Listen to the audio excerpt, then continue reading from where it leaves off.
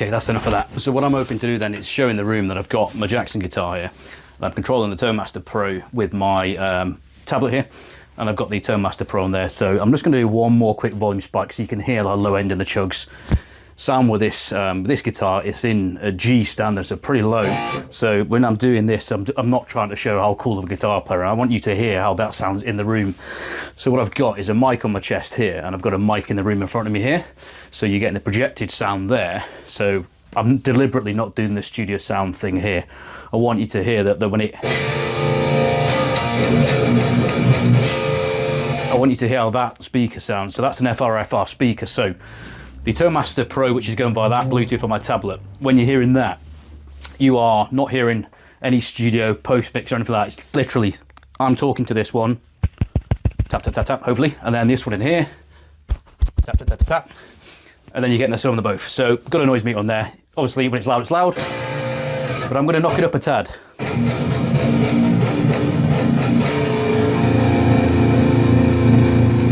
That is incredibly loud, and I've literally just touched it. So this is, I think, sound pressure wise, I think it's about 130 dBs max. There's a rating of 1000 watts, which is rubbish.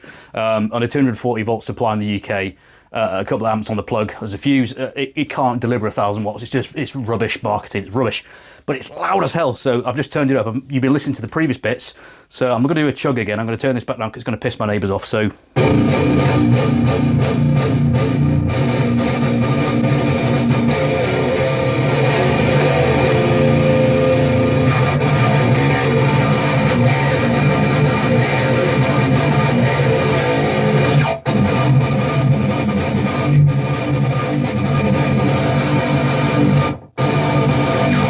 So that's loud, all right? So you've heard the cleans, you've heard a bit of lead, you've heard a bit of rhythm. So we're going to go back to the studio in a second, talk about this, the pricing, maybe why the ToneMaster Pro is not talked about so much. There's a lot of new kit coming out. And if I'm honest, I've done buying kit, amps, pedals, all the rest of it, the Kemper, the Helix rack, which I've got here as well. But I'm just happy the kit sounds good. So I'm a metalhead, a couple of guitars, I'm into a couple of things. You recognise the post on the floor there. This works, okay, this works. So if you're wondering, is this loud enough for a gig? It's loud enough. So that's, and again, it's about 1 and a bit out of 10. And it's absolutely, it's loud. So have I turned it down yet? I have, I think. What have I done? I did, I turned it down. All right, so, but it is loud, all right? So whatever that is, 96 dB. That's, what is that? It's 1.5, all right? So if you're wondering how loud this thing, it really is loud, all right? So let's go back to the studio and I'll talk about that. So I've got it in a guitar, drop tuned, deliberately palm muting and stuff, a bit of clean, bit of whatever. I'm not the best player in the world, but I like creating one, not like the rest of you. So let's go back to the studio and let's talk about what we've heard. Okay, welcome back, peeps. Thanks for joining for another video. Last couple I've done, quite a lot, attracted a few new people to the channel. So if you're wondering what we're about, I'm a guy that plays guitar, loves creating music. So I'm a guitarist that likes the production aspect too, the mixing and putting tracks together. As a one-man band, and I'm sure there's loads of you like me out there. So hopefully this one has made you think, so what if I would like to play in a live venue? Someone has actually reached out and asked me, so thank you for the question. So what you saw at the start there was me playing through the ToneMaster Pro. I'm using my tablet to control it, and the Fender FR-12. Which is coined as a 1000 watt speaker kind of amp situation. It isn't, that's the tech specs, which just isn't true. In the UK, if you're using 240 volts, for example, there's just not the current available to do that. So it's misleading specs, but the sound pressure level available, if you're into exposure and noise levels, is 130 dBs is the peak maximum. So you get 130 dBs out of it. And if you've been watching the video, I've had a noise meter there, and it's been showing you we're around about 85, 90 sometimes. So it's pretty loud in this small room. And I'm on like volume 1.5. So if you're thinking, is it loud enough? It's loud enough, believe me. That sort of volume level, I'd love to play that all the time. I just simply don't. I play through the monitors that are in my studio environment here, just on the sides, and it's normally somewhere a little bit lower than the first volume level you saw me playing the majority of that video. So it will definitely do gig levels, no doubt about it. That was on like 1.5 out of 10. I'll hopefully pull in a picture on to overlay on the screen now, where I've got the controls that I've got. Everything is generally balanced, mid, bass, treble, all in the middle apart from the cut. A lot of people have talked about hissing and other things going on with the speaker. Must say, haven't noticed it. So that aside, so I've got the website up here, Fender's website. So we're looking at the Fender ToneMaster Pro. Currently, That's 14.29, and that's euros on there. So I'm in the UK, so I wouldn't pay euros, I'd pay pounds. But if you're in the US, whatever your equivalent dollars are, okay, so that'd be including VAT. So if it's ex VAT, obviously you're going to add that on top, the 20%, and your sales tax in the UK, Canada, wherever else you live. So the Turnmaster Pro is what I've been doing this whole channel on, and I do the bass for it. I play the bass, play rhythm, play lead, cleans, all of it through that. And for me, I think I've settled on this bit of kit for good. I saw it when it came out, and I thought, you know what, I really like this. The graphical on-screen stuff you can see on the website there. The fact that I had my tablet and you can see the pedals. I've been a pedal gas guy in the past. All your Boss, your Zoom, your Digitech. There's a couple of those boutique pedal names. Walrus, I had a lot of those. I had a lot of 14 pedals, and I kept going in and going out and just searching for more. And I found that with the analog limits, the knobs only go so far, and you can only stack so many because of cost and physical room.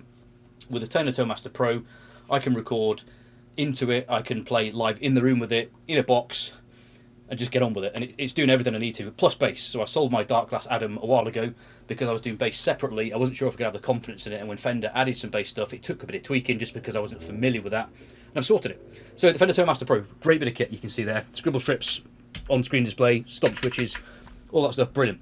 So you see me playing the FR-12, and that's the subject of this video. So at the minute, that's 495 euros, including VAT. Okay, so that's the all-in price. You're going to have to pay some sort of delivery. So it's a 12-inch speaker, 12-inch FRFR, full-range flat response. So you don't mic it up. You don't do any tweaking to it necessarily. If you don't like the sound of it, then there's a treble bass, middle, presence, whatever's on it. You can tweak all that, and there's kind of cut noise. So when these digital modelers, sometimes you get a bit of that high-end noise that you wouldn't necessarily get on a tube amp or an analog bit of gear. But if you do, knock it up, problem solved. So it should be something you get hung up on. It sounds brilliant in the room. So the mics I'm using are DJI Mic Mini 2s, which are a solution that I chose deliberately. I didn't want to mic the room with an SM7, excuse me, or an SM57, because it would deliberately give you a certain amount of tone. They are designed to mic in a certain way, like a speaker cab. I want you to hear what it gives in the room, the full flat range. And these DJI Mic Minis with a transmitter are designed to capture like podcasting, music things, just everything. They're generally a full range kind of system, mid kind of budget for that type of thing. But I deliberately went for these rather than mic in the room with a guitar mic because it's an FRFR. So it's just going to give out whatever is put into it rather than it being in a speaker cab, and it's going to deliver back specific areas of frequency. So you could put your music through that and play along. You might have a backing drum track, that kind of thing, and it would pick up all the low end from that as well.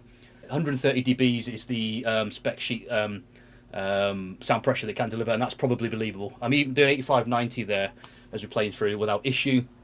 I like 1.5, 2, so it's not going to get horrendously louder. You're just going to get elements of certain frequencies starting to push through as you start to use the driver and move a bit more air, and that's what the speaker's for. It's to move air. So if you've got the Fender Turnmaster Pro, you can either go straight to front of house through XLR. So the way I was plugged into that speaker before, I have it on the desk, guitars going in through the jack, and I have XLRs. Okay, so you go from your Turnmaster Pro into the FR-12 using an XLR. All right, straight into that. So it's not an amplified signal, it's just line level signal going straight to the Turnmaster, the FR-12, and then it amplifies on board. If there's any confusion there, it's got an amp on board. It does sound very good. It sounds deceptively big for its size, actually. So I'm quite pleased with it. So hopefully if you've heard me playing there, I did a bit of lead playing, a lead tone patch, that is. A bit of clean and a bit of rhythm. Went back to the rhythm because it's the low frequency stuff. These sorts of things, when you get a 4x12 in the room, if you're lucky enough to have one, I've had a couple over the time, Marshalls and Engels, and they sound phenomenal.